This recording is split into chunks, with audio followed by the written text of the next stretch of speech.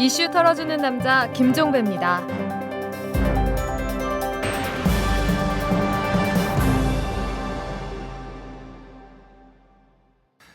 3월 25일 월요일입니다. 자, 오늘 오전에 또 하나의 뉴스가 전해졌죠. 한만수 공정거래위원장 후보 결국 사퇴를 했습니다. 이 사람이 공정거래위원장 후보로 내정이 되자마자 수많은 의혹이 제기가 됐는데 오늘 또 결정타가 보도가 됐습니다. 그러니까 해외에 수십억의 비자금 계좌를 갖고 있었고 수억 대의 세금 탈루를 한 적이 있다. 이런 보도가 나왔는데요. 이게 결정타가 된 것인지 결국 더 이상 버티지 못하고 사퇴를 했습니다. 박근혜의 인사 도대체 이번이 몇 번째인가요? 제 기억으로는 6번째인 것 같은데 중도에 낙마한 사람이 이렇게 많습니다. 그렇다면 되풀이되는 우연은 더 이상 우연이 아닙니다. 이미 숱하게 제기되기는 했지만 인사검증 과정에 구멍이 뚫려 있다는 이야기 다시 하지 않을 수 없고 그거보다 더 중요한 문제는 인사권자의 마인드에 문제가 있는 것이 아니냐. 다시 말해서 국민 감정과는 극히 멀리 떨어져 있는 그런 도덕성 지수가 인사 마인드를 느슨하게 만들었고 그것이 결국은 인사 참사를 부른 것이 아닌가. 이 문제를 청와대는 다시 한번 곱씹어야 될 거라고 생각을 합니다. 자, 광고 듣고 시작하겠습니다.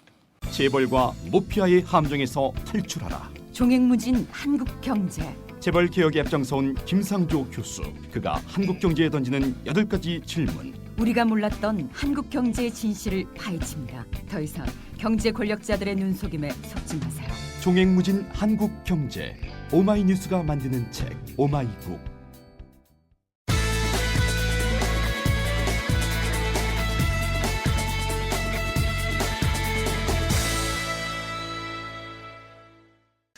건설업자 윤모 씨의 성접대 의혹 사건이 파문에 파문을 낳고 있습니다. 이 윤 씨의 호화별장에 초청받아가 성접대를 받았다는 사람이 한둘이 아니고 그 면면이 날고 긴다는 고관 대작들이란 소문이 돌기 때문이죠.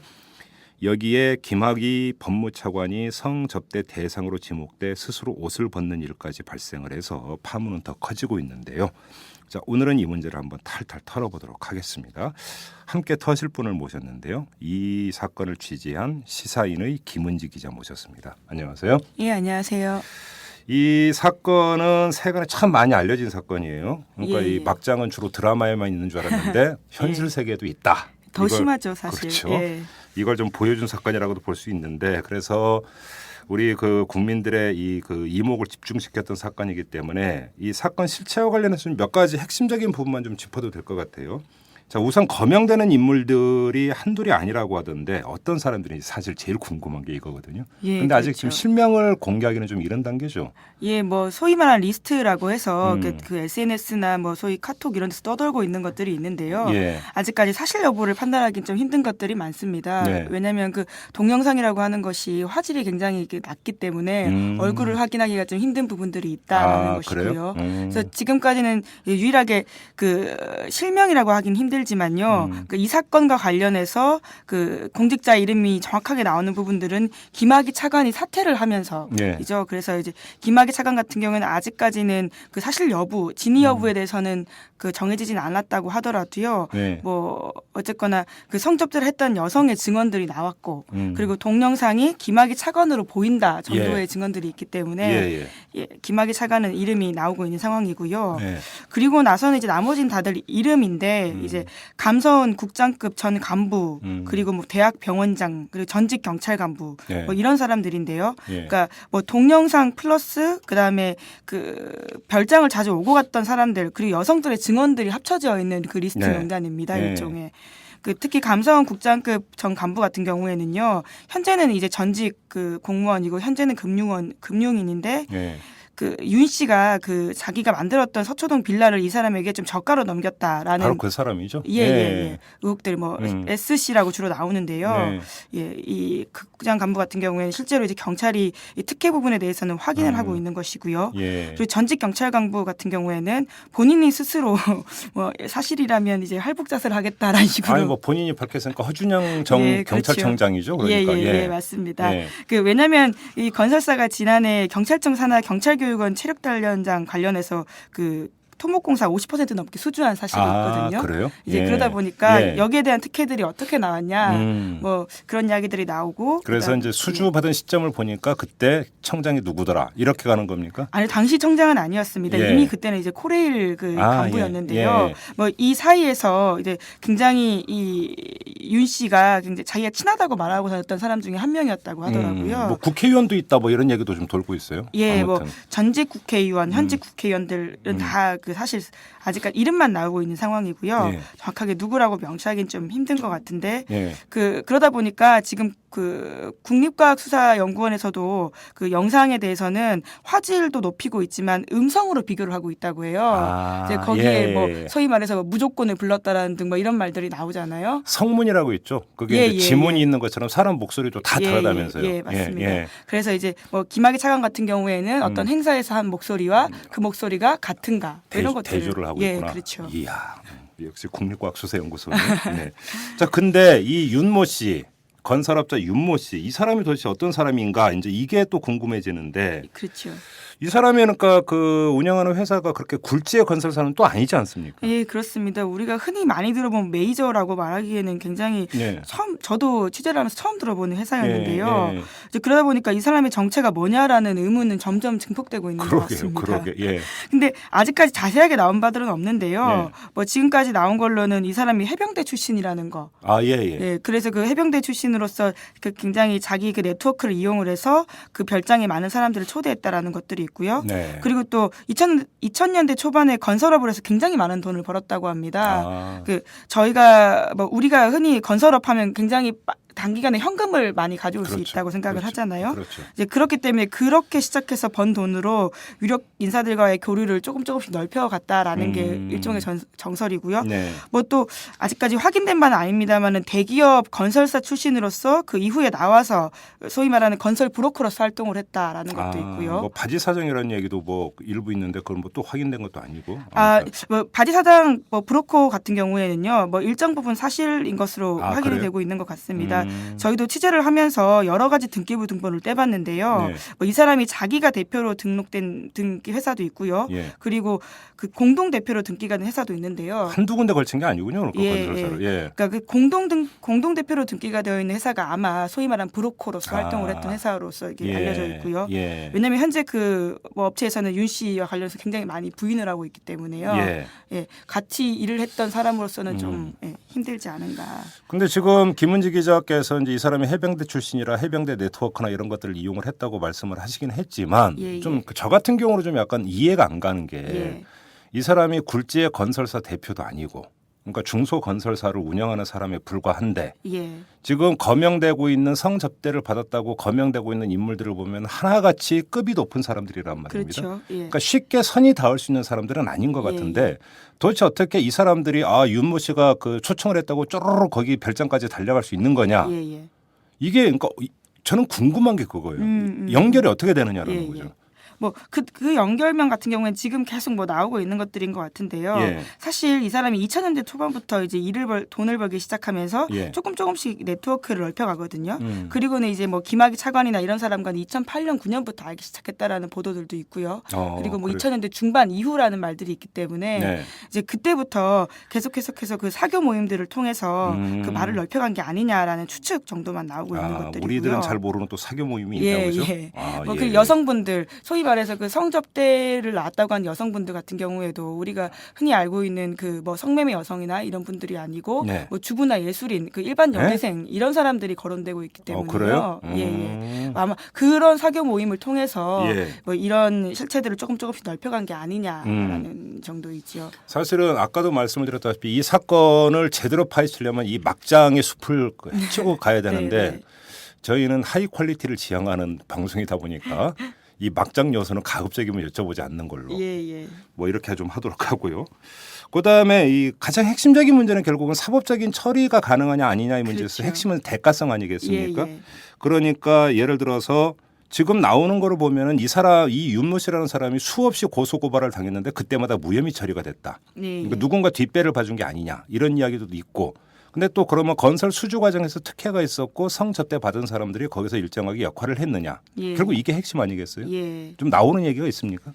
뭐 이제 그래서 지금 뭐 저희도 확인을 해보니까요. 네. 이 사람이 그 혐의 사실만 그러니까 소위 말한 고소고발만 20건을 넘게 당했다고 예. 하는데 지금 이 사람이 기소된 사실은 간통 그거 하나뿐이거든요. 네. 그러니까 지금 그 간통 그 와이프가 부인에 의해서 예. 부인이 지난해 9월달에 그 소위 말해서 윤 씨와 그 내연녀 관계였던 그 권 씨 사이에 여성 사업가라고 하는 여성 사업가 권 씨와 예.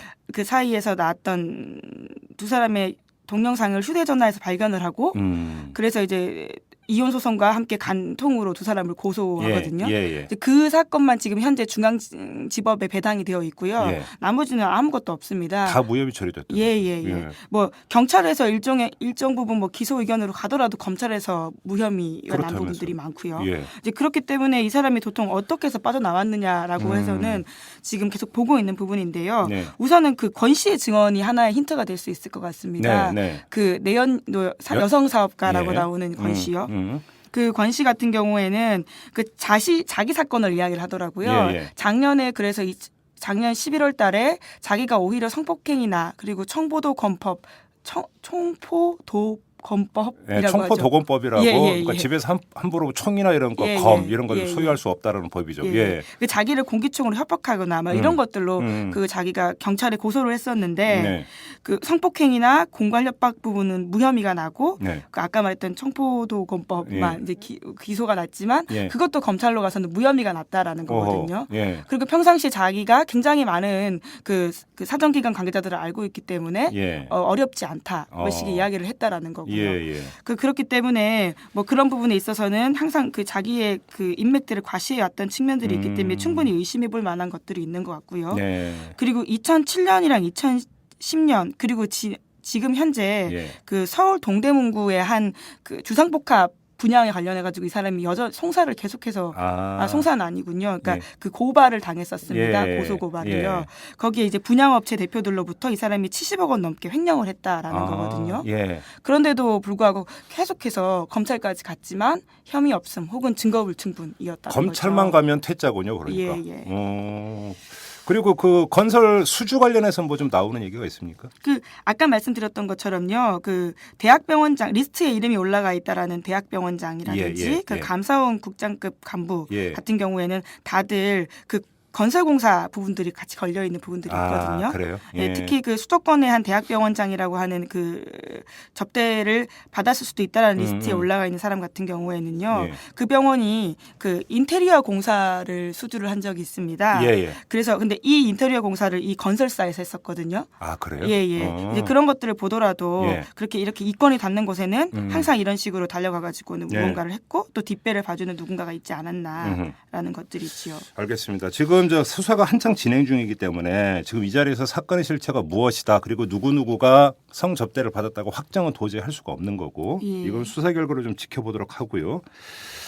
근데 그보다 사실 더 중요한 문제가 좀 있습니다. 그게 뭐냐면 그러니까 세간에 지금 음모론이 돌고 있는데 이 문제가 불거진 과정과 경위 사실 이것 때문이거든요. 이게 이제 물론 이제 사건이 불거진 것은 그 여성 그 간통 고소가 있었고 여성 사업가 이제 권모 씨의 또 뭐 소송이 있었고 이런 게 있었지만 그거는 이제 사법적인 그 차원에서 이야기고 세간에 알려진 보도가 이제 이루어지면서 나타났던 문제 바로 이 경위와 과정 때문인데 일각에서는 무슨 얘기를 하냐면 검찰과 경찰이 특정 언론사에 이 정보를 흘렸다 이런 이야기도 돌고 있어요. 근데 사실 이제 이 사건이 이제 좀 알려지게 된 부분들은요. 소위 말하는 뭐 찌라시라든지 법조계에서는 좀 정보가 덜 왔던 부분들이 있습니다. 그 이전부터. 왜냐하면 그 윤 씨 건설업자 윤 씨가요. 그러니까 그 관계들이 틀어지면서 소위 말하는 뭐 그 자기가 접대를 했던 혹은 그 편의를 봐줬던 그 사정기관 관계자들 혹은 고위 관료들과의 관계가 조금씩 나빠지면서 그 돈 문제가 좀 불거졌다고 합니다. 그래서 아까 말씀드렸던 감사원 국장급 전간부 같은 경우에도 내가 그 빌라를 굉장히 1억이나 가까이 싸게 줬는데 근데 내가 지금 돈이 좀 없으니까 1억 원을 지금 좀 달라라고 하든지 그리고 또 그 고위공직자 같은 경우에는 그 내가 예전에 많이 그 접대를 했으니까 지금 좀 힘든 상황이니까 돈을 좀 달라. 그러니까 그렇다고 주질 않으니까 이제 소위 말하는 그 동영상을 보냈다라는 거죠. 캡처를 해서 협박을 했군요. 일종의 협박. 이제 그러면서 이 법조계에서는 좀 말이 돌았다고 합니다. 왜냐하면 그 김학의 차관 같은 경우는 당시에도 대전지검 고검장이었고요. 뭐 그러다 보니까 한 뭐 검찰 고위 관계자가 건설업자에게 뭐 그런 섹스 동영상으로 협박을 받고 있다라든지 뭐 이런 식의 설 정도는 나돌았다고 하더라고요. 이제 그러면서 뭐 언론에게도 그 정보가 알려지게 되고 그래서 뭐 취재가 나간 부분들이 있지만요. 그러니까 아까 그 진행자께서 말씀을 하셨던 것처럼 중요한 것들은 이러한 정보가 있었음에도 불구하고 왜 김학의 차관 같은 분이 차관까지 올라갔을까? 사실 그게 큰 문제죠. 그 상황에서 아무래도 검찰 경찰 간의 갈등 그리고 경찰 수뇌부와 일선에서의 그 뭐 불협화음들 뭐 이런 것들이 지금 나오고 있는 상황인 거죠. 그래요. 지금 말씀하셨으니까 한번 그 문제로 넘어가 보죠. 자, 박근혜 대통령이 법무차관으로 그러니까 그 김학의 씨를 이제 그 임명을 했는데 이 과정에서 당연히 인사 검증을 했고, 그래서 이걸 또 물어봤다는 거 아닙니까? 풍문이 있어서. 근데 문제 없다라는 회신이 왔고, 그래서 임명을 강행을 했다라는 건데 나중에 문제가 불거졌어요. 아니 어떻게 이런 일이 있을 수가 있는 거죠? 그 지금은 이제 서로 나오는 이야기들을 굉장히 좀 유심히 그리고 혹은 좀 세심하게 들을 필요가 있는 것 같습니다. 왜냐하면 책임 공방이거든요. 이제 이게 누구에게 책임이 있느냐, 민정이 있느냐 아니면 뭐 경찰이냐, 뭐 이런 것들 때문에 굉장히 그 멘트들이 미묘하다고 저는 좀 느껴지는데요. 우선은 그 토요일자 한 언론이 보도를 했습니다. 그 경찰은 세 차례나 보고를 했지만 민정에서 제대로 보고를 올리지 않았다라는 그러니까 식의 세 차례나 보도였거든요. 보고했다는 것은 김학의 차관 관련해서 이러이러한 풍문이 돌고 있다라는 걸 올렸다.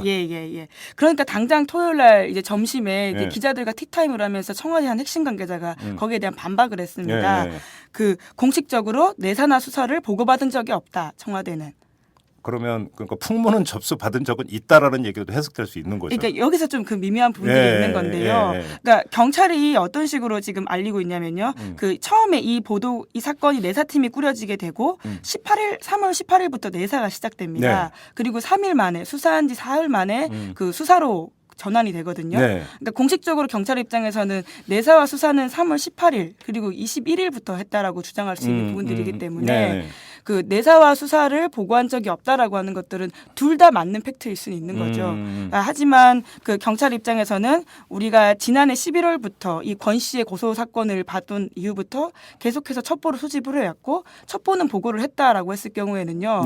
그 굉장히 미묘하게 서로의 그 진실 게임 혹은 서로 같은 사건을 다르게 말을 하고 있다라고도 볼 수 있는 것이죠. 그러니까 여기서 아주 중요한 포인트인데 지금 그 전해주신 대로 경찰은 비록 첩보 수준이지만 세 번이나 청와대 민정에 보고를 했다면 그거는 민정이 그 인사 검증의 기준이나 이런 것들이 극히 허술했거나 검증 의지가 없었다라는 아주 단순한 결론에 도달을 하는 건데 만에 하나라도 경찰이 제대로 보고하지 않았다라고 한다면 상당한 첩보를 갖고 있음에도 보고하지 않았다라고 하면 그것도 얘기가 또 달라지는 거거든요. 다른 사유가 있었다고 봐야 되는 거잖아요. 거기에 대해서도 지금 좀 설이 다양한데요. 우선은 첫 번째 설 같은 경우에는 이제 경찰의 수사 라인에서는 모든 수사를 진행을 했지만 수뇌부가 경찰에 제대로 보고를 하지 않았다. 그러니까 뭐 이런 내용들이 있지만 동영상도 없고 그렇기 때문에 이것들은 좀 이야기가 안 된다라는 뉘앙스로 전달을 했다고 경찰 한다면 수뇌부가 청와대. 그렇게 한다면 뭐 그 이야기가 또 달라진 면들이 있는데요. 이제 거기에 대한 근거로 나오는 이야기들이 뭐냐면 경찰 일선과 수뇌부의 이야기가 달랐고 여기에 대한 좀 태도가 달랐기 때문에 이야기가 달랐다라는 거는 3월 13일에 김학의 차관이 임명이 됩니다. 그리고는 3월 15일에 뜬금없이 경찰청장이 교체가 되거든요. 맞아요. 그 분명히 박근혜 대통령 같은 경우에는 그 대선 후보 당시에 그 법으로 보장된 청장의 임기를 보장하겠다라고 공약을 한 적이 있습니다. 그 신뢰와 약속을 굉장히 중요하게 여기는 박근혜 대통령으로서 굉장히 이례적인 일이라고 할 수 있거든요. 게다가 3월 15일 인사는 꽤 깜짝 인사였다고 모든 기자들이 지금 받아들이고 있고요.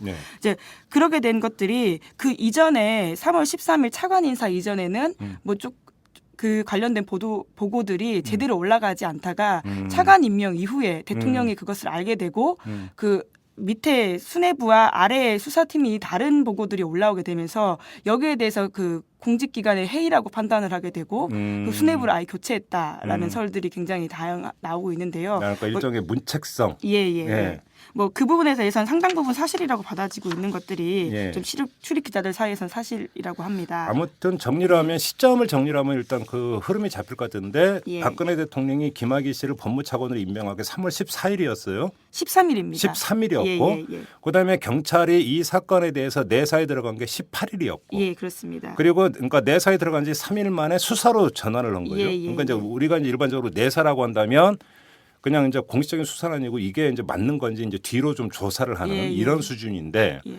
내사 3일 만에 21일이 되는 건데 그때 예. 수사로 돌았다. 예. 그러면 경찰이 최대한 확인을 해서 청와대에 김학의 씨와 관련해서 이러이러한 이야기가 돌고 있고 상당한 신빙성이 있습니다. 내지 전혀 근거 없습니다라고 하는 경찰의 판단을 올리기에는 좀 이른 시점이었다. 3월 13일이면 예. 또 그렇게도 볼 수 있는 여지가 있는 거죠.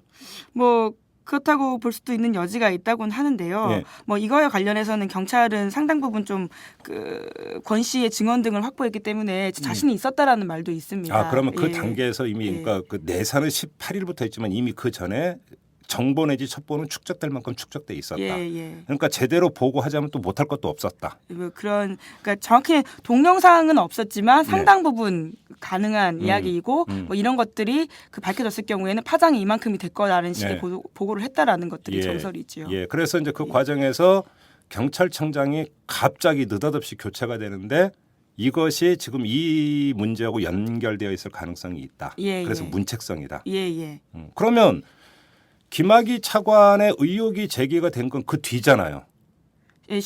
공식적으로 언론 보도가 나오기 시작한 건 18일부터이죠. 그죠. 그러니까 그러면 이미 경찰청장을 사실상 그 문책하는 그 단계에서 청와대는 김학의 차관 이러이러한 문제가 있을 수도 있다라는 것들을 알고 문책을 했다는 얘기가 되는 거잖아요. 그 얘기들을 왜 제대로 보고하지 않았느냐. 예, 뭐 우선은 그 경찰에서는 다른 두 가지 보고가 올라왔기 때문에 이것 자체가 해이라고 판단을 했다라는 말도 있습니다. 그래요. 예. 이거는 지금 규명이 반드시 필요한 부분인데 어디서 펑크가 난 거냐. 예, 그렇죠. 그리고 어디서 판단 착오를 한 거냐. 내지 어디서 깔아뭉갠 것이냐. 이게 지금 분명히 규명이 돼야만이 이 국정 시스템에 대한 정비가 좀 가능해질 것 같은데 아무튼 일은 벌어졌습니다. 예. 자, 그러면 청와대의 심기는 참으로 불편할 것 아니겠습니까? 그렇죠. 아무래도 그 인사를 대통령이 대부분 다 했다라는 뭐 이런 말들이 나오고 있기 때문에요. 예. 대통령이 당장 지목되고 대통령의 책임이 없느냐라는 이야기들이 나오고 있기 때문에 굉장히 부담스러운 상황은 맞는 것 같습니다. 그러니까 만에 하나 지금 알려진 것처럼 경찰청장이 느닷없이 임기도 채우지 못하고 교체된 이유가 문책성이라고 한다면 그 시그널은 이 사건에 대한 경찰 수사에 어떤 영향을 미칠까요? 더 세게 수사하는 걸로 갈까요? 어떻게 될까요?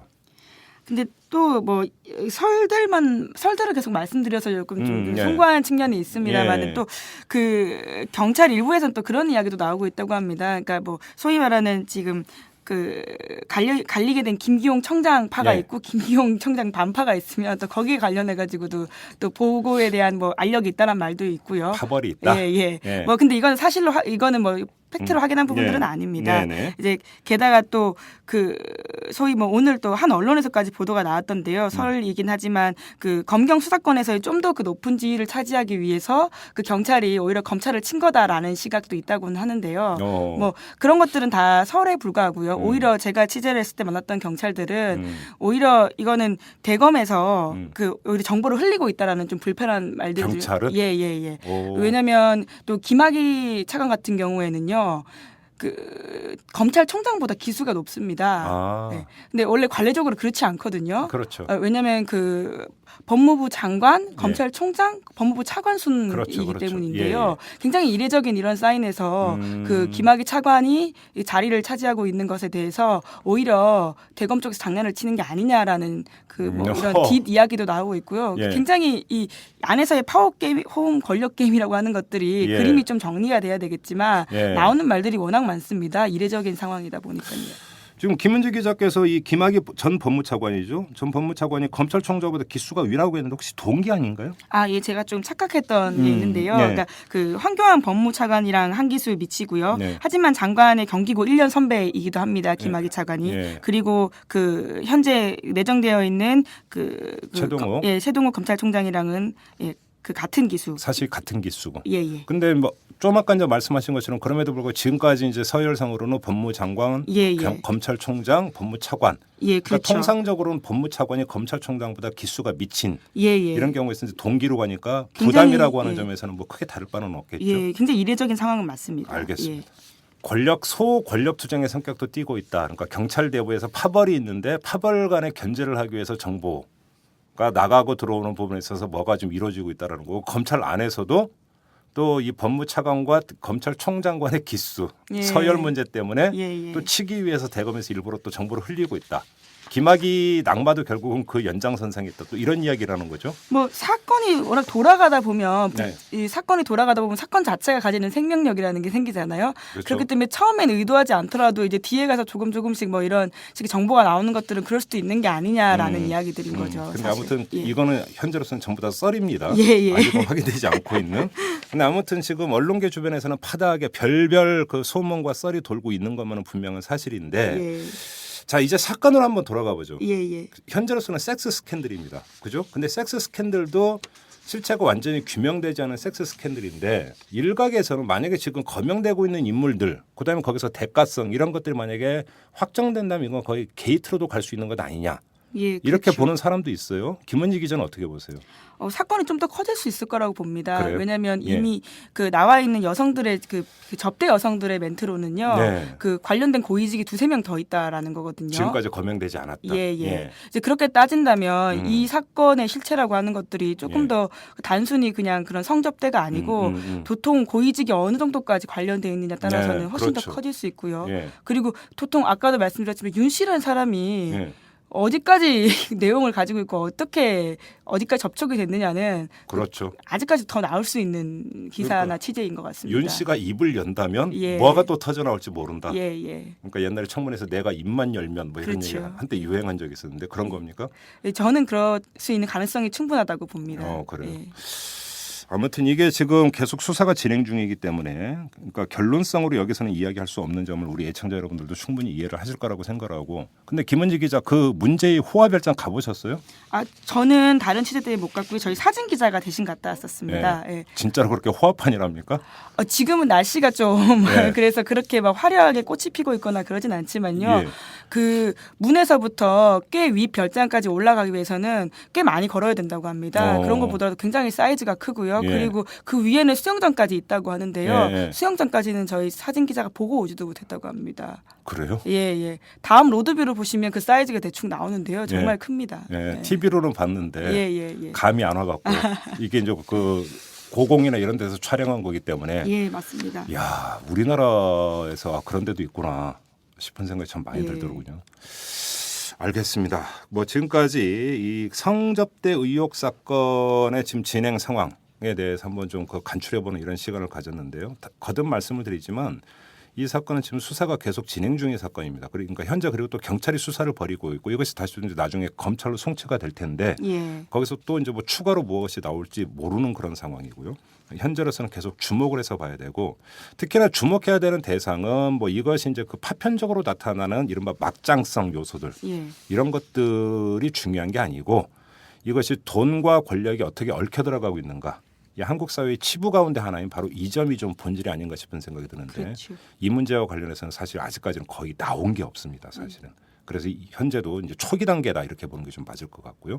저 이틀남도 계속 주목을 해서 한번 좀 지켜보도록 하고 기회가 되면 다시 한번 이 문제를 갈무리할 수 있는 이런 시간을 갖도록 하겠습니다. 자, 오늘은 여기까지 진행하겠습니다. 고맙습니다. 예, 감사합니다. 이슈 털어주는 남자 김종배입니다. 냉철한 분석, 깊이 있는 통찰로 우리 사회 현안을 털어드립니다. 네, 매주 월요일에 보내드리는 코너입니다. 김종대의 돈, 권력, 군사. 자, 오늘 어김없이 김종대 디펜스 21 플러스 편집장을 모셨습니다. 어서 오십시오. 네, 안녕하세요. 저희가 지난 시간에 이제 하면서 예고를 해드렸어요. 자, 오늘은 이른바 짬밥, 네. 그죠? 그러니까 짬밥에서 뭐 이제 군납 네. 이런 비리 이런 것들 한번 좀 짚어보자고 했는데 그걸 짚기 이전에 사실은 좀 먼저 짚어야 될 게 있습니다. 내일이 바로 천안함 3주기인데 맞습니다. 이 얘기를 좀 안 하고 넘어갈 수가 없을 것 같아요. 네. 근데 지금 사실 천안함 사건은 여러 가지로 한국 사회를 참 그 멍들게 했던 사건이었습니다. 네. 진실이 뭐냐? 네. 사실은 여기서부터 국민이 이제 많이 갈렸었고 그리고 네. 이제 그것이 그렇다면 지금 완전히 해소돼 있느냐? 사실 네. 또 그렇다고 볼 수도 없습니다. 객관적으로 볼 때. 네. 무엇이 진실이건 간에. 네. 그런데 자 김종대 편집장께서 오늘 천안함과 관련해서 몇 가지 지금까지 알려지지 않았던 것을 좀 이제 그 공개를 할 게 있다고 이제 그 사전에 지금 저희한테 말씀을 하셨는데 네. 좀 하나하나 한번 까보죠. 어떤 네. 게 있습니까? 자 우선 내일이 이제 3월 26일 천안함 3주기고 3년 전 그날에 예. 밤 9시 22분 금요일에 예. 예, 그 어두운 바닷속에서 뭔가 대참사가 일어났습니다. 맞습니다. 일단은 사건이 일어나서 46명이 사망을 했고 예. 또 저기 바닷속에 있는 그 장병을 구하려고 어떤 그 해군 UDT 대원이 그렇죠. 구조 작업을 하던 중에 한주호 준이가 예. 사망을 해서 총 47명이 사망을 했습니다. 거기다가 뭐 또 나중에 또 그 수색 가던 또 민간인 네. 사망도 있지 않았습니까? 아, 그건 이제 그 저기 어선이 그렇죠. 수색하고 돌아오다가 그렇죠. 저기 충돌 사고를 일으켰죠. 예. 열에서 비극이었습니다. 또- 아무튼 예, 천안함 사건. 예, 그렇습니다. 예. 이를 비록 이제 사망자는 뭐 47명 또는 49명인데 예. 사실은 그 이상으로 어떤 엄청난 이거 한국의 9.11 테러였어요. 예. 그 정도로 충격이 컸죠. 네. 예, 그러면서 엄청난 아픔을 줬고 다시는 이런 사건이 재발이 돼서는 안 되겠다. 정말 그 고귀한 꽃다운 생명이 돌아가신 것도 가슴이 아프지만 예. 한국 사회에 무수히 많은 어떤 그 교훈을 남겼습니다. 우선 그 저기 46명 그 사망한 장병 중에서 말이죠. 보면은 그 부모가 대기업 과장급 이상 되는 우리 사회의 중산층 이상 되는 어떤 그 오피니언 자제가 한 사람도 없습니다. 전부 보면은 그런가요? 예. 전부 보면 결손가정 예. 또는 아주 불우한 집 예. 이래서 국민들을 더 슬프게 한 거예요. 그렇죠, 그렇죠. 사실은 그 저기 좋은 집안 자제들은 말이죠 육상근무를 한다든지 좋은 보직으로 빠진다든지 아예 군대를 안 가든지. 아예 안 간다든지. 예. 그런데 이거 보니까 아주 서민들의 아들들이었어요. 네. 이것이 이제 우리 사회에 어떤 주는 어떤 아픔이란 건 바로 이런 겁니다. 그렇죠. 아 역시 노블리스 오블리제가 안 되는구나. 예. 예, 없는 놈 없는 집 자식들만 예. 저렇게 당하는구나. 음. 이런 점에서 이거는 또 우리가 뭐 사실은 그렇게 눈여겨보지 못했습니다만 분명한 어떤 진실이고요. 그러면서도 그 도대체 천안함 사건이 왜 일어났고 어떤 양상으로 전개됐는가에 대해서는 3년 전에 5월 20일 날 민군 합조단 발표문 외에는 한 발짝도 나타난 게 없습니다. 맞습니다.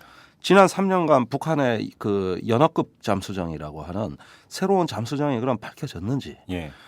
한때는 스텔스 잠수정이라고도 했는데 그런 게 예. 있는지 예. 또 그런 어떤 그 작은 잠수정에서 엄청나게 규모가 큰 중어뢰를 발사했던 네. 이런 것이 해외까지 수출하는 어뢰라던데 예. 실물이 확인됐는지 예. 예, 설계도 한 장 외에는 아직까지는 그 추가적인 어떤 실물을 우리가 본 적이 없고 예. 진상 규모는 거기서 멈춰버렸죠. 더 설령 진척이 북한이 된게 했다 하나도 하더라도 없습니까? 없습니다. 전혀 예. 없습니다. 예. 그러면서 이제 국민들한테는 어떤 믿음의 문제로 이게 다가갔어요. 맞아요. 믿느냐 안 믿느냐. 예. 아니 믿고 안 믿고 하는 것보다도 더 치열한 어떤 그 사안에 대한 분석과 역사적 진실 찾기는 예. 왜 안 되는 건지. 그렇죠. 예, 이런 부분들에 대해서 우리가 생각해 볼 점들이 상당히 크다고 보여집니다. 네. 우선 그 왜 일어났는가 하는 점과 관련해서 우리가 이제 천안함 사건의 어떤 그 여러 가지 어떤 그 폭침될 당시의 양상만을 가지고 얘기를 합니다만은 사실은 천안함이 그날 그 자리에 올라가 가지고 예. 접적 지역에서 불과 시속 6노트 말하자면 유람선 수준에 천천히 가는 거죠. 천천히 가는 거예요. 예. 이렇게 그 갔다는 자체가 사실은 상당히 수수께끼입니다. 아 그렇습니까? 네, 예. 백령도는 말이죠. 예. 북한의 어떤 해안포, 예. 그다음에 잠수정, 네. 그다음에 실크웜 그 지대함 미사일 예. 이런 위협이 또 이제 북한의 그 경비함 예. 이 네 가지 위협이 유일하게 중첩된 데는 우리나라 영토 중에 백령도밖에 없습니다. 연평도만 하더라도 아니 서해 5도가 아니라 백령도입니까? 백령도만 제일 북쪽에 있는 왜요? 왜 그렇게 보시는 거예요? 왜 그렇게 보냐면 그 북한의 잠수정이 장시간 잠항을 못합니다. 아 그렇습니까? 네, 예. 성능이 떨어지기 때문에 예. 이 디젤 엔진의 에어를 교체해야 되기 때문에 자주 부상을 해야 돼요. 아. 그래서 가끔 부상해서 교체하고 또 가라앉아가고 이걸 핀으로 찍어보면 그 기동로가 나오는 거예요. 아. 그런데 백령도만이 유일하게 자망을 계속할 수 있는. 자망을 계속해서 한 번에 자망해서 작전이 가능한 최북단입니다. 아. 연평도에서도 이런 작전 불가능합니다. 아하. 그래서 그 3월 26일 날 그 만약에 이게 북한의 잠수정에 의한 폭침이라면은 사실은 이런 식의 대형 함정이 말이죠. 네. 그렇게 어떤 그 접적 지역에서 저속으로 기동한다는 것은 위협의 양상을 보면 있을 수 없는 일이었어요. 또 그 전엔 그런 일도 없었습니다. 아 그렇습니까? 네. 예. 그래서 그 사건이 일어나기 일주일 전인 3월 19일 날 네. 그 해군 이함대 사령관을 지낸 박정성 예비역 제독이 예. 그 해군 참모총장 그날 이 취임식을 했는데 예. 그날 자리에 김태형 국방장관이 온다는 얘기를 듣고 계룡대로 내려갑니다. 예. 해군본부로. 어. 거기서 일부러 그 의전하는 장교들한테 장관 옆자리를 그 달라 그래가지고 네. 식사 시간에 계속 장관한테 얘기합니다. 지금 저 백령도에 올라가 있는 대형 함정들은 빨리 남하시켜라. 오. 거기는 4가지 북한 위협이 다 중첩돼 있는 곳이고 네. 거기에다가 저기 작은 고속정으로 경비해도 충분한 지역이다. 어. 이런 수역에 예. 대형 함정이 뭐 한다고 올려보내냐. 예. 그것도 천천히 기동하는. 예.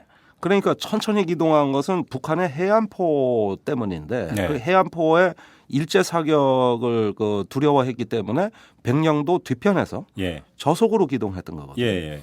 이래서 그런 어떤 작전 양상이 나타난 건데 이 박정성 예비역 제독 의견은 이겁니다. 북한은 당시 식량난에 여러 가지 어떤 그 중국하고 관계가 있어서 대형 그 해안포를 쏘면서 우리 함정에 도발 못한다. 예. 그렇게 큰 판은 못 벌린다. 음. 그러나 다른 위협들, 예컨대 은밀한 게 공격할 수 있는 위협이 다 백령도에 중첩돼 있기 예를 때문에 들어서 그 중에 하나가 이제 잠수함이다. 잠수함인데 예. 이런 위협에 왜 대형 함정을 올려보내나 말이죠. 그거 밥이죠. 그래서 빨리 그 철수시키라 그랬는데 김태형 장관이 알아듣질 못하더랍니다. 그 무슨 말인지를. 무슨 말인지. 그래서 서울로 올라가는 김태형 장관을 쫓아 나가서 예. 차마에 올라타려는데 차 문을 잡고 다시 얘기했답니다. 예. 김 장관 내 얘기 허투루 들으면 안 된다. 예. 지금 저기 저런 작전은 있을 수 없는 작전이다. 이래가지고 철수시키라고 했죠. 그때까지 신문에 온통 특히 조선일보가 아주 놀라운 특종을 내보낸 게 우리 초계함 구축함 전력을 전부 백령도 그 전방까지 북상시킨다는 이 특급 군사 기밀을 또 조선일보가 언론에 다 내보냈어요. 그 사전에. 사전에. 정확히 언제냐면은 2009년 예. 2월 16일자 예. 조선일보 그 다음 날 세계일보 두 신문이 그걸 내보내고 저기 그 온통 하여간 완전히 저기 뭐 그냥 군사 기밀이랑 이런 거 몽땅 다 내보냈습니다. 그래 우리 작전의 양상이 다 보도됐어요. 어허. 이걸 이 보도를 봤기 때문에 그 예비역 제독이 얘기를 한 겁니다. 아, 예. 이렇게 작전하면 예. 이함대 사령관이면 뭡니까? 서북 해역의 특성을 잘 아는 사람들. 그렇죠. 그렇죠. 북한군의 무기 체계와 전술을 이해하는 사람들이. 근데 올려보내더라는 거예요.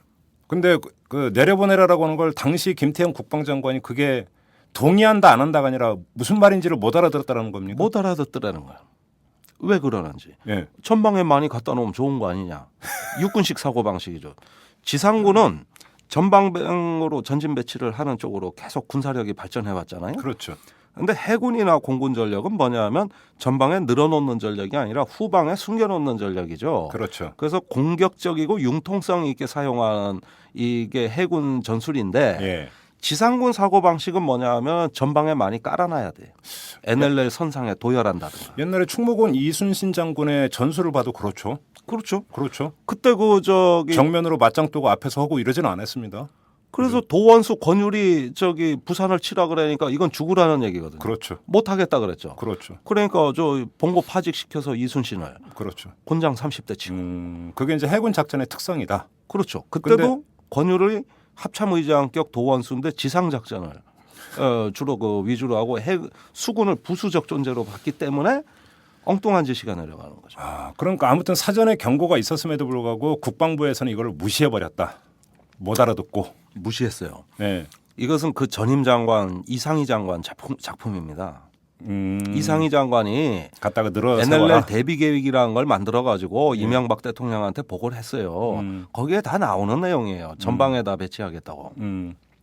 그러면 말이죠. 이게 해역에서의 어떤 작전의 특성, 공격성, 융통성, 은밀성 이런 걸 감안한다면 그렇게 전력을 북상시키는 건 굉장히 그것도 백령도에 말이죠.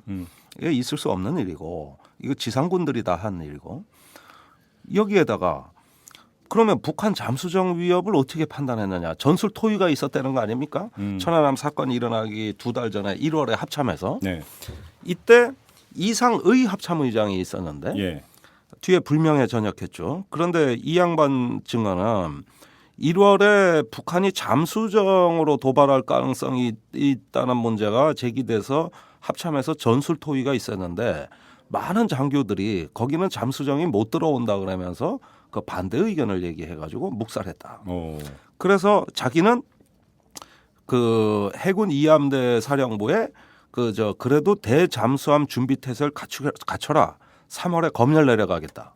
이렇게 얘기를 했다는 거예요. 그런데 3월까지 키 리졸브 훈련이 있었거든요. 그래서 해군이 바빠서 못했다. 그때 자기 지시대로 했으면은 천안함 사건이 예방됐을 거다. 네. 이러면서 자기 책임을 몽땅 또 해군에 뒤집어 씌우는 말을 했어요. 그것도 언론에 공개적으로. 예. 그 보도를 아무도 눈여겨보시질 않은데 깜짝 놀랄 보도입니다. 그렇게 얘기를 했어요. 그런데 그 뒤에 이상한 일이 일어납니다. 2010년 말에 예. 당시 합참의 이 검열을 맡고 있는 부서는 전비태세 검열실입니다. 예. 여기에 차장을 하는 그 원스타 육군 장군이 있어요. 예. 천안함 사건이 발생하고 나서 그 장군하고 그 방에 있는 대령들이 전부 다 검열을 나갔습니다. 예. 그랬는데 그 대령들이 다 검열을 해가지고 보니까 여러 가지 어떤 대잠 준비 태세 문제가 있거든요. 예.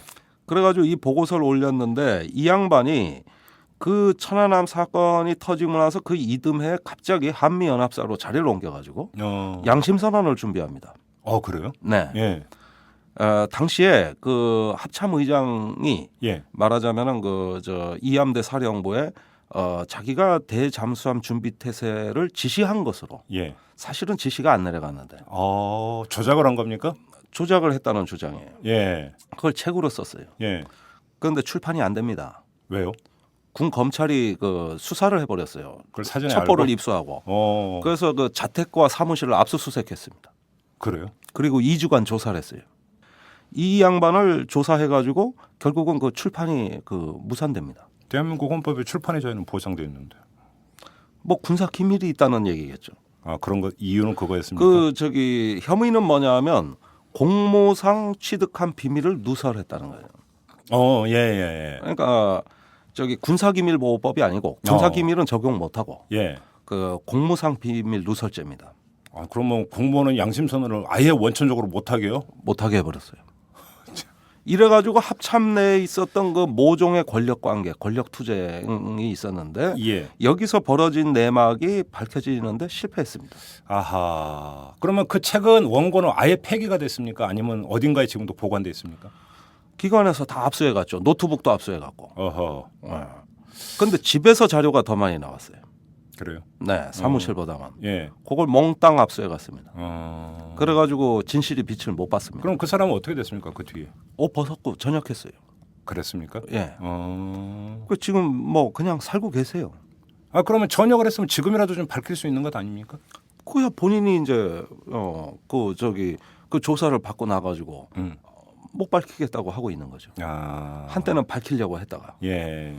그런데 이분이 기록에 아주 철두철미한 사람입니다. 예. 대다수의 장교들 얘기가 그 사람의 기록이라면 믿을 만하다는 거예요. 그런데 그러면 양심선언을 하려고 그랬고 그 원고를 그 후임 합참의장 한민구 합참의장한테도 보냈어요. A4지 400장 분량입니다. 예. 여기에 천안함의 진실이 담겨 있어요. 네. 물론 사건에 대한 원인보다는 합참의 주요 지휘자들이 자기 책임을 면피하기 위해서 어떻게 사후에 행정적인 사항들을 조작했는가, 거짓말을 했는가. 포인트는 그쪽에 맞춰져 갖고 이런 데 맞춰져 있었던 거죠. 예. 그 이 문제도 마찬가지로 묻혔습니다. 결국 이런 어떤 그 작전에 우리가 그 눈여겨봐야 될 네. 아주 그 어떤 그 규명해야 될 석연치 않은 지점과 또 천안함 사건 이후에 벌어진 합참회, 예. 그 민군 합조단과 합참의장, 해군 이함대 사령부 사이에서 벌어진 네. 각종의 어떤 책임전과 또 기만 은폐에 관한 것들은 이제는 뭐 의제 축에도 못 듭니다. 그거는 다 묻혀진 진실이 되고 있으니까. 그래요. 사실은 그 우리가 흔히 이제 소 잃고 외양간 고친다 이런 말을 하는데 어떤 사람은 그런 얘기를 해요. 아이고 소 잃고 외양간 고치는 게 진짜 필요한 거다. 왜냐하면 외양간이 부실하니까 소를 잃은 거 아니냐. 네. 그럼 다시 소를 안 잃기 위해서는 외양간을 확실히 고쳐야 되는 거다. 네. 그러니까 그건 헛짓이 아니다 이런 얘기를 하는데 네. 그렇게 본다면 사실은 그 사람의 만약에 책이 출판이 됐다고 한다면 네. 우리 군의 태세에 대해서 다시 한번 되돌아보고 정비할 수 있는 계기가 될 수도 있었던 건데 이게 그걸 완전히 해야 묻혀버렸다는 거 아닙니까? 미국 같은 데서는 작전이 한번 실패하면 예, 다 낱낱이 분석하고 까발리지 않습니까? 그렇죠.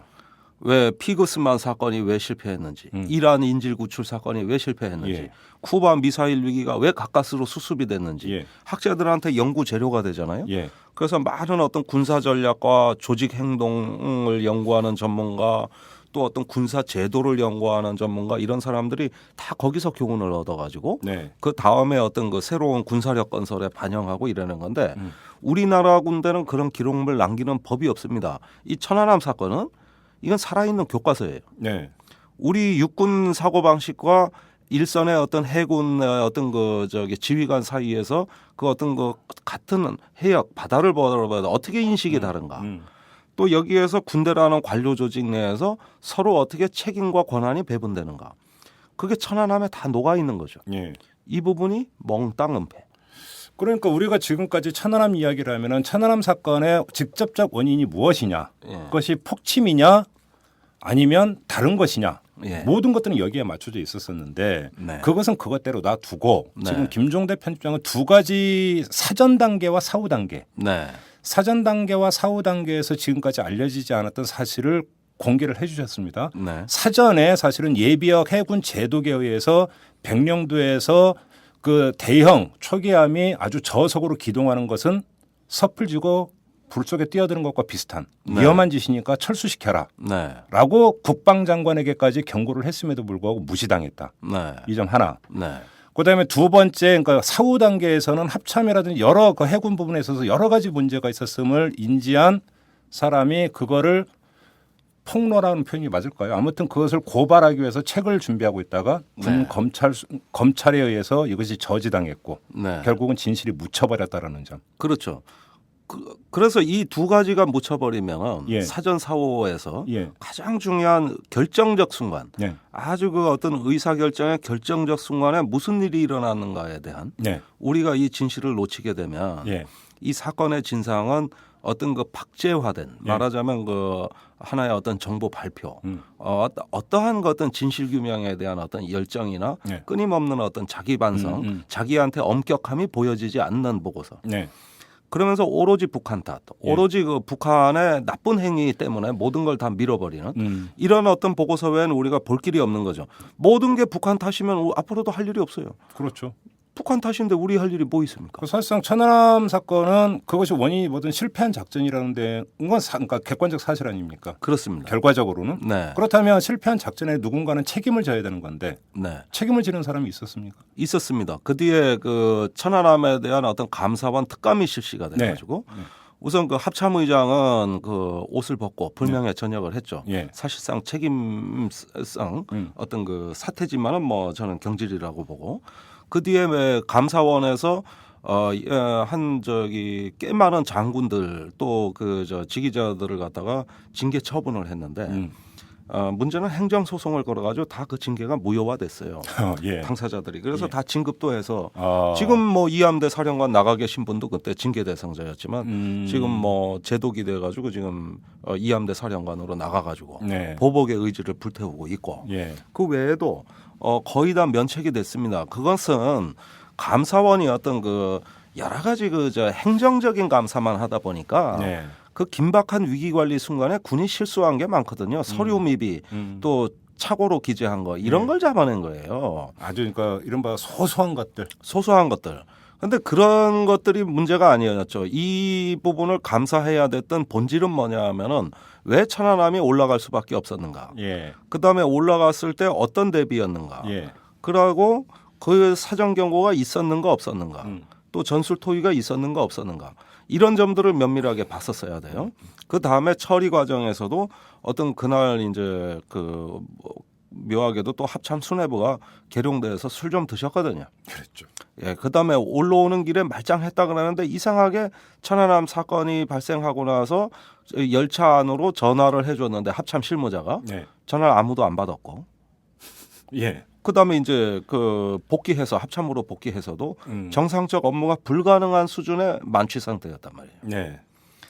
그 같은 시간에 청와대에서는 그 저기 국가안전보장회의, 예. 그 안보관계 장관회의가 열렸죠. 그런데 청와대가 이걸 밤 10시에 10시 아마 16분인가? 정확히 시간은 기억이 안 납니다만 소집한 이유도 기가 막힌 게 합참의 보고를 받고 한 것이 아니라 합참에 있는 해군 중령의 제보에 의해서 그래서 거꾸로 알고 소집한 회의입니다. 참 말이 안 되는 거죠. 이 저기 안보관계 장관회의 소집이 이루어지는 그 순간에도 국방장관 합참의장은 초기함이 침몰하고 있다는 보고를 못 받고 있었어요. 네. 이걸 청와대가 제보로 받은 겁니다. 제보로. 예. 보고가 아니고. 예. 그렇게 해서 청와대가 먼저 알고 그 대응을 하기 시작을 한 거고. 예, 그래서 그 회의가 제대로 될 리가 있겠습니까? 이렇게 열린 회의가. 그렇죠. 내용을 모르고 갔을 그렇죠. 뒤늦게 알고 갔는데. 시방이 이게 무슨 일이야 이런 얘기밖에 더 하겠어요 거기서. 당연하죠. 예. 제대로 회의가 될 리가 없어요. 음. 우리나라의 어떤 그 저기 위기 관리에 가장 중요한 허점이 드러나는 건데 이겁니다. 육군 지상군 문화는 말이죠. 그러니까 대대장이 연대장한테 다 확인하고 보고해야 되고 연대장이 사단장한테 다 확인하고 보고해야 되고 계층을 올라가면 단계로 올라가면서 지체됩니다. 반면에 해군과 공군 문화는 동시 전파입니다. 그 정보 시스템을 보면 해공군은 그 예를 들면 해군은 KNTDS 전술 지휘 통제 체계라고 네. 하고 공군은 MCRC라고 해요. 이게 그 지휘 통제 체계인데 이거는 사건이 한번 벌어지면 그 데이터가 전 지휘자, 전 작전 부대의 동시 전파 체계입니다. 따라서 그 해공군은 지체라는 게 없어요. 그래서 해군 중령이 제보할 수 있었던 것도 그런 것 때문이군요. 그렇죠. 그러니까 올라가는 속도를 보니까 해군 중령이 합참 실무자가 보니까 저렇게 올라가서 하세월이거든요. 지금 군함은 침몰하고 있는데 그래서 청와대 전화를 해준 거죠. 자기 해군 대령 선배한테 지금 지휘 계통으로 이런 보고가 올라가고 있으니 확인해 보십시오. 아. 그러면 그 전화를 안 했다면 어떻게 됐을까? 청와대도 깜깜이었다는 얘기고 몇 시간 동안 몰랐죠. 말이 안 되는 얘기죠. 그거는 사실. 그런 겁니다. 몇 시간 동안. 돼지가 죽어도 10분이면 다 한다고 MB가 그랬지 않습니까? 구제역 그죠? 10분 예. 안에 전국에 발령돼요. 근데 군함이 침몰해도 몇 시간을 몰라. 그런데 그것이 층층이 올라가는 이런 지상군 문화에 의해서 그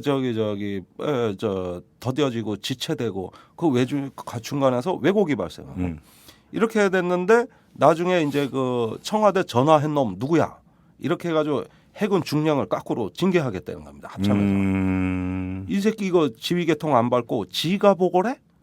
이렇게 돼가지고 예. 합참 내에서 공경을 치렀습니다. 그 중령이. 예. 근데 해군 예비역 제독들이 막아주지 않았으면 아마 징계 당했을 거예요. 지금 그 말씀을 듣다 보니까 더 아쉬운 게 그 군 정비태세 검열실 차장이었던 사람이 바로 이제 책을 통해서 그런 것들은 이제 그 문제 제기를 하고 양심선언을 하려고 했던 거 아닙니까? 그렇죠. 그 책만 제대로 나왔다 하더라도 네.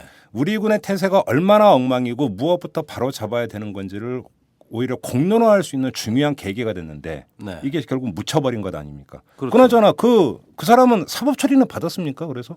아니죠. 그렇게 조사해가지고 겁주고 예. 그냥 옷만 벗겨 내보내니까 예. 그 길로 그냥 입 닫아버린 거죠. 그러니까 결국은 책 출판을 막는 게 목적이었네요. 결과적으로 보면은. 맞습니다. 진실이 햇볕 아래 드러나는 걸 두려워하는 세력이 있습니다. 예. 이 세력들이 어떤 이런 혐의를 뒤집어 씌워가지고 네. 조사를 하고 그럼 죄가 있으면 처벌을 해야 될 거 아닙니까? 예. 없던 사건으로. 예. 그거를 제가 1년 후에 알아내서 예. 그 몇 군데 제보를 했어요. 네.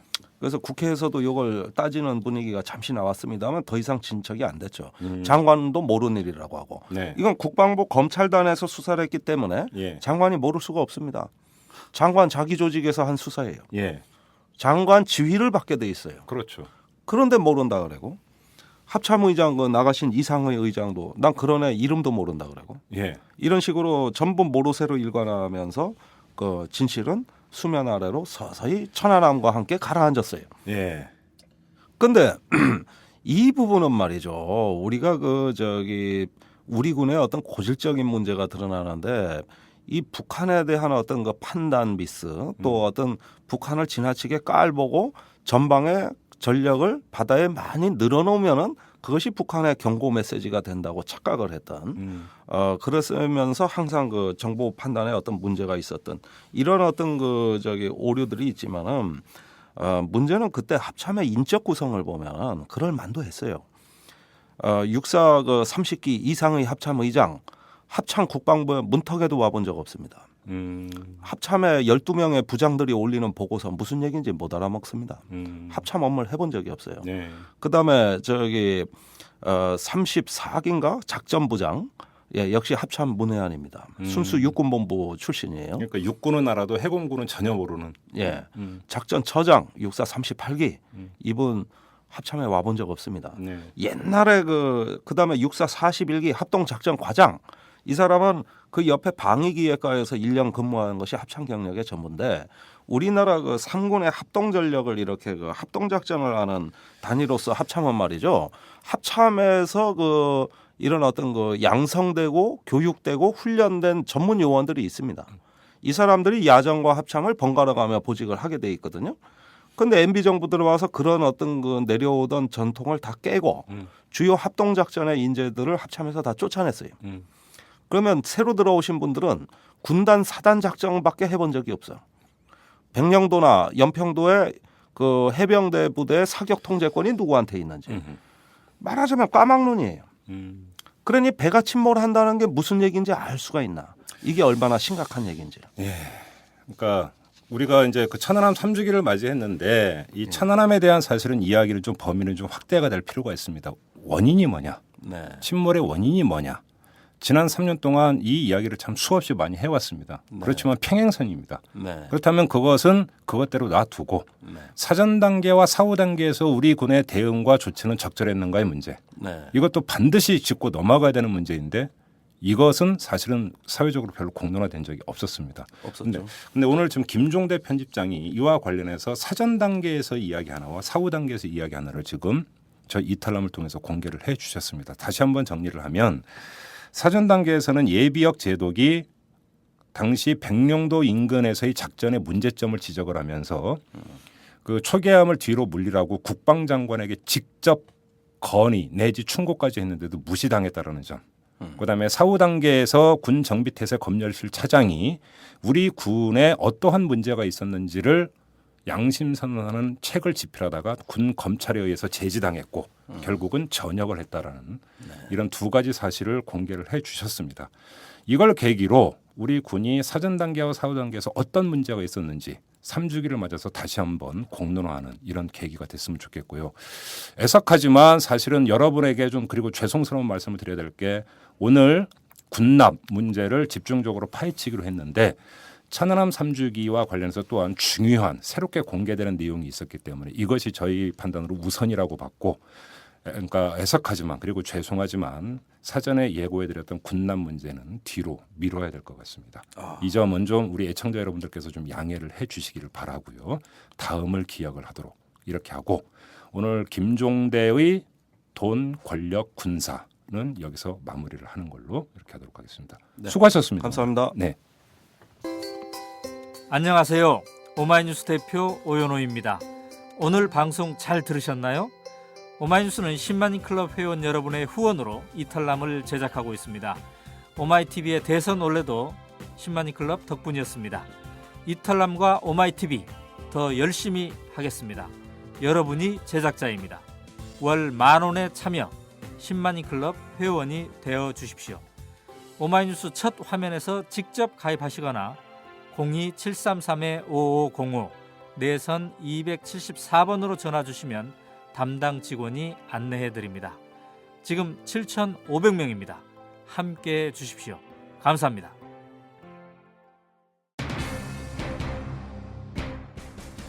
자, 오늘 클로징은 저희 이털남의 입장을 밝히는 것으로 대신 해야 될 것 같습니다. 어제 저희 이털남을 두고 상당한 논란이 있었습니다.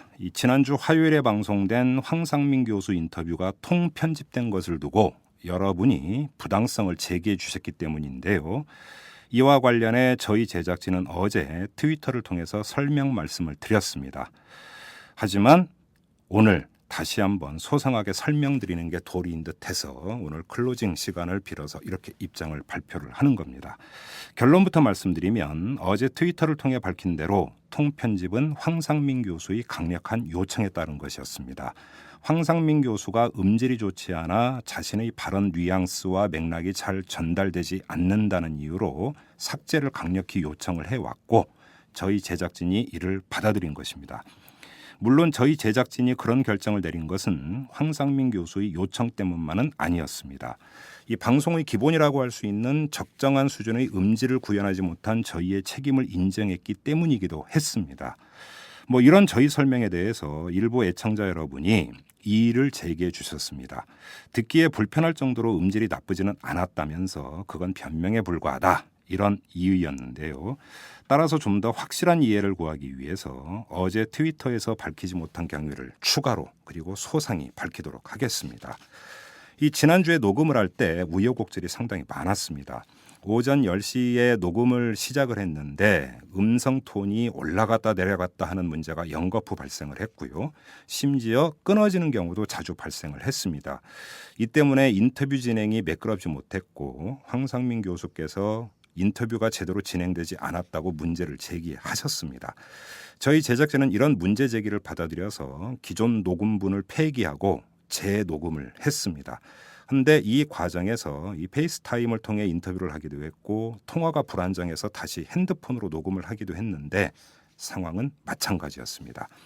그래서 저희 제작진이 부득이 인터뷰 내용 가운데 음질이 아주 나쁜 부분 등을 잘라냈는데요. 이 때문에 황상민 교수의 발언 맥락이 끊어지는 경우가 있었습니다.